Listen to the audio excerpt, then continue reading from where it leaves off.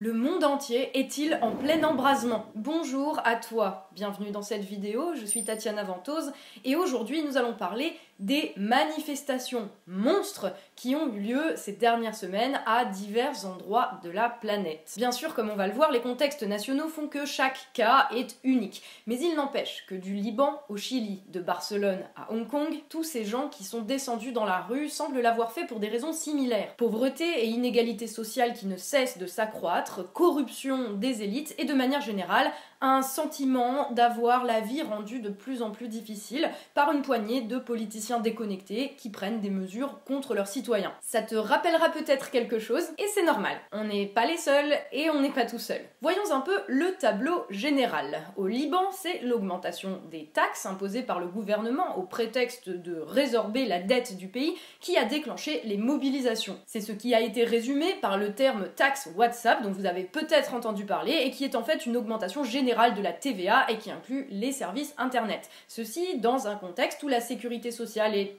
inexistante et où de nombreux citoyens n'ont même pas accès à l'électricité ou à l'eau alors qu'ils payent pourtant des impôts. Tout ceci dans un pays littéralement ravagé par la corruption des politiques responsables de ces mêmes mesures et perçus comme responsables de tous les trous dans le budget. Pas tout à fait faux. Au Chili, c'est l'augmentation des taxes sur le prix des billets de métro dans la capitale Santiago du Chili cette fois. Ceci afin de financer des mesures écologiques. C'est pour ça que les Chiliens sont descendus dans la rue. Dans un pays où le SMIC est à 480 € par mois, augmenter de 10 centimes le prix d'un billet de métro qui est déjà autour de 1 €, ça fait une énorme différence. Néanmoins, ce n'est pas cette simple augmentation du prix du billet de métro qui a fait exploser la colère. Les Chiliens dénoncent en effet les augmentations régulières et systématiques des tarifs de l'électricité, de l'eau, du gaz, ainsi que les prix élevés du système de santé qui est exclusivement privé. D'ailleurs, si tu regardes bien, lors d'une des premières nuits d'émeutes à Santiago, les manifestants ont incendié la tour de la compagnie nationale d'électricité, l'EDF chilien en gros. Si besoin est de prouver que c'est pas juste un problème pour les habitants de la capitale qui voient leur billet de métro augmenter ses prix. L'état d'urgence a été déclaré très rapidement, un couvre-feu mis en place, ça veut dire que les gens ne peuvent pas sortir dans la rue après une certaine heure, et les militaires envoyés dans des chars patrouiller les rues avec autorisation de tirer sur la foule. Le bilan des morts et des disparus se compte pour l'instant en dizaines et en centaines en termes de blessés. Pour les citoyens d'un pays qui a connu une dictature extrêmement sanglante jusqu'en 1990, voir l'état d'urgence proclamé pour la première fois depuis cette période, on comprendra que symboliquement, pour des Chiliens, voir les chars dans les rues et l'armée qui tire sur la foule, pour le coup ça rappelle vraiment les heures les plus sombres. En Équateur, début octobre, les raisons de la colère semblaient elles aussi similaires et ont amené, là aussi, les citoyens dans la rue. C'est l'arrêt des subventions au gasoil se traduisant par une augmentation des prix et des taxes sur les carburants sous un prétexte d'écologie. Et là encore, ça a déclenché une mobilisation de masse.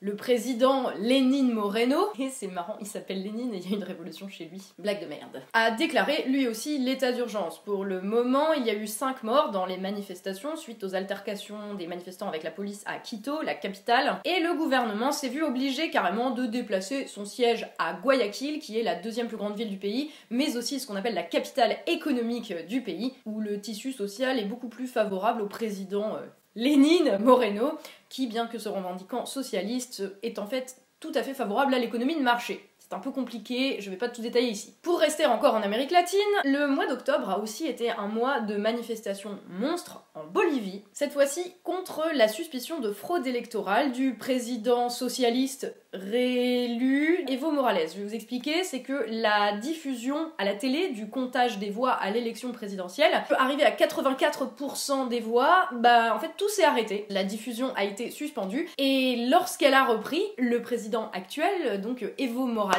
avait tout juste le nombre de points d'avance nécessaires pour être réélu dès le premier tour, ce qui n'était pas le cas dans les sondages, ni dans les premiers résultats jusqu'à 84%. D'où les soupçons, puis les gens dans la rue. Un pays dont on n'a pas non plus beaucoup parlé ces dernières semaines, il y en a beaucoup, c'est l'Irak. Et l'Irak, ces dernières semaines, a vu l'irruption sur la scène politique d'un mouvement spontané, sans leader, anti-corruption, demandant l'accès à l'emploi et aux services de base, on va dire, accès à l'électricité et à l'eau potable. Bah oui, parce que depuis la guerre en Irak en 2003, tout a disparu. Mais genre tout. tu vois. Le pays a littéralement sombré dans le chaos. Les tenants de l'économie de marché aujourd'hui diraient c'est le do it yourself, non, c'est le chaos. Et ça a créé en plus, je vous le rappelle pas, mais un terrain favorable aux dingos de Daesh. Voilà ce qui se passe quand on détruit un pays en défonçant son tissu social et tout ce qui unit les gens au passage, on ouvre la voie aux extrémistes, mais ce n'est pas le sujet de cette vidéo. Le sujet, c'est que en Irak aussi, il y a eu des manifs monstres et je crois qu'à ce jour, le bilan des morts doit être à 151. Je m'auto-corrigerai au montage si je me trompe. Bien plus près de chez nous, à Barcelone, c'est la peine de prison infligée au leader indépendantiste catalan pour avoir déclaré l'indépendance de la Catalogne, qui a mis des centaines de milliers de personnes dans les rues de Barcelone pendant des nuits qui vont virer à l'émeute. Mais ces condamnations en réalité n'ont été que ce qui a mis le feu aux poudres, car c'est un problème plus large d'injustice qui est dénoncé. L'exemple type qu'on sort depuis des années par rapport à la Catalogne, c'est celui des livres scolaires qui sont gratuits dans toute l'Espagne, sauf en Catalogne, malgré le fait que les Catalans payent des impôts plus élevés parce que c'est une région beaucoup plus riche. Et cela, ça symbolise bien, on va dire, ce sentiment d'injustice vis-à-vis d'une Espagne pour laquelle les Catalans ont l'impression de payer sans jamais rien recevoir en retour. En vrai, s'il y avait un État qui fonctionnait correctement en Espagne de manière générale, on n'en serait peut-être pas là non plus. D'autant que l'histoire récente, quand même, pour la Catalogne, sous la dictature franquiste qui s'est terminée en 1975, donc c'était il y a pas si longtemps avec la mort du général Franco,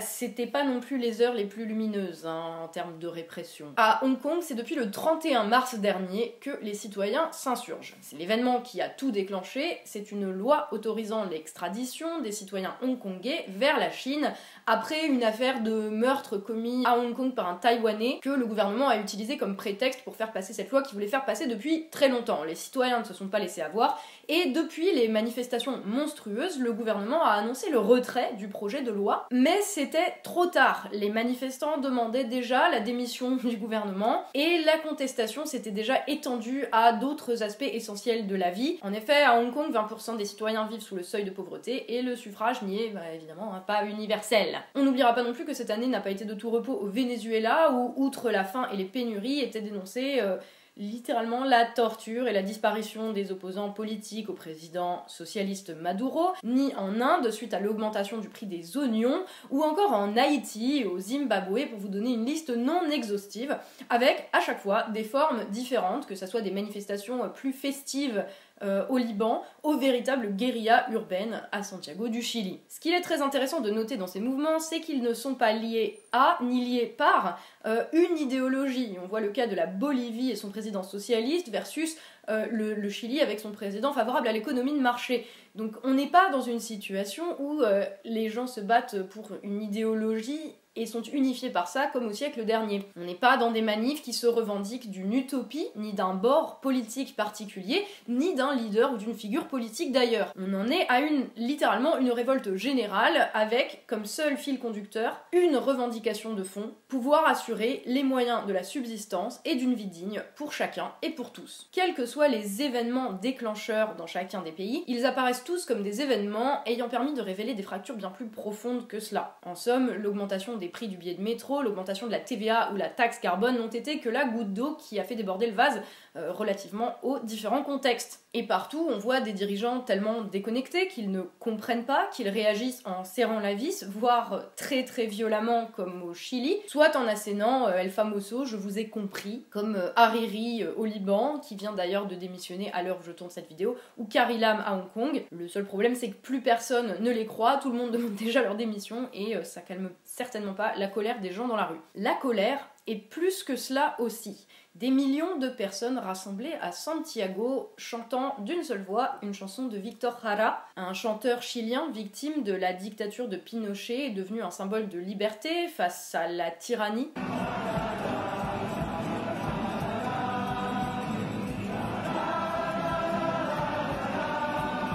Les manifestants à Beyrouth en train de calmer un gosse qui était pris de peur parce qu'ils étaient dans les manifestations en lui chantant à des dizaines Baby Shark.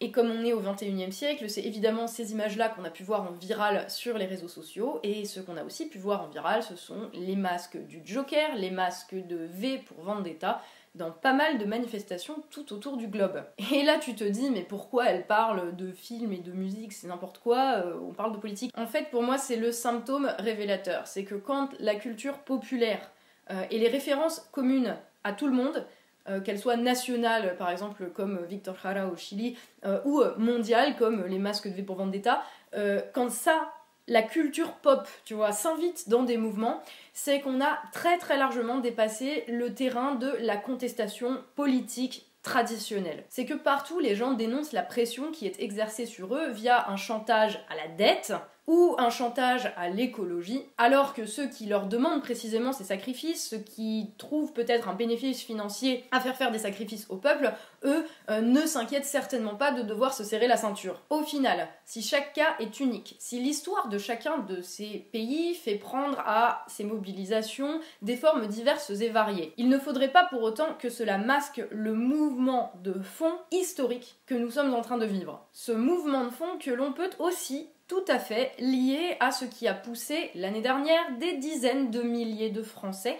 à aller se rassembler sur des ronds-points en portant un gilet jaune. Un gilet jaune qui est devenu lui aussi un symbole d'une contestation qui se fiche bien des idéologies et des bords politiques. Les vrais grands changements commencent toujours dans des situations du quotidien. Quand des élites supposées gérer ne gèrent plus rien, ne sont plus capables de garantir la paix civile, ni la possibilité de tout un chacun à mener une vie digne et décente. Une vie normale où t'as pas à te battre pour ta survie tous les jours, quoi. Le changement véritable ne naît en effet pas dans des dîners rassemblant des élites déconnectées, au mieux, corrompues, au pire, mais précisément dans la vraie vie, celle de tous les jours, celle que le travail ne permet plus toujours d'assurer, et celle qui nous est rendue chaque jour plus compliquée par des décisionnaires qui parfois font semblant de nous comprendre pour calmer le jeu via un grand débat national qui n'est en fait joué que comme une pièce de théâtre. On dit que les grands changements partent toujours des choses qui paraissent les plus anodines, comme le prix du pain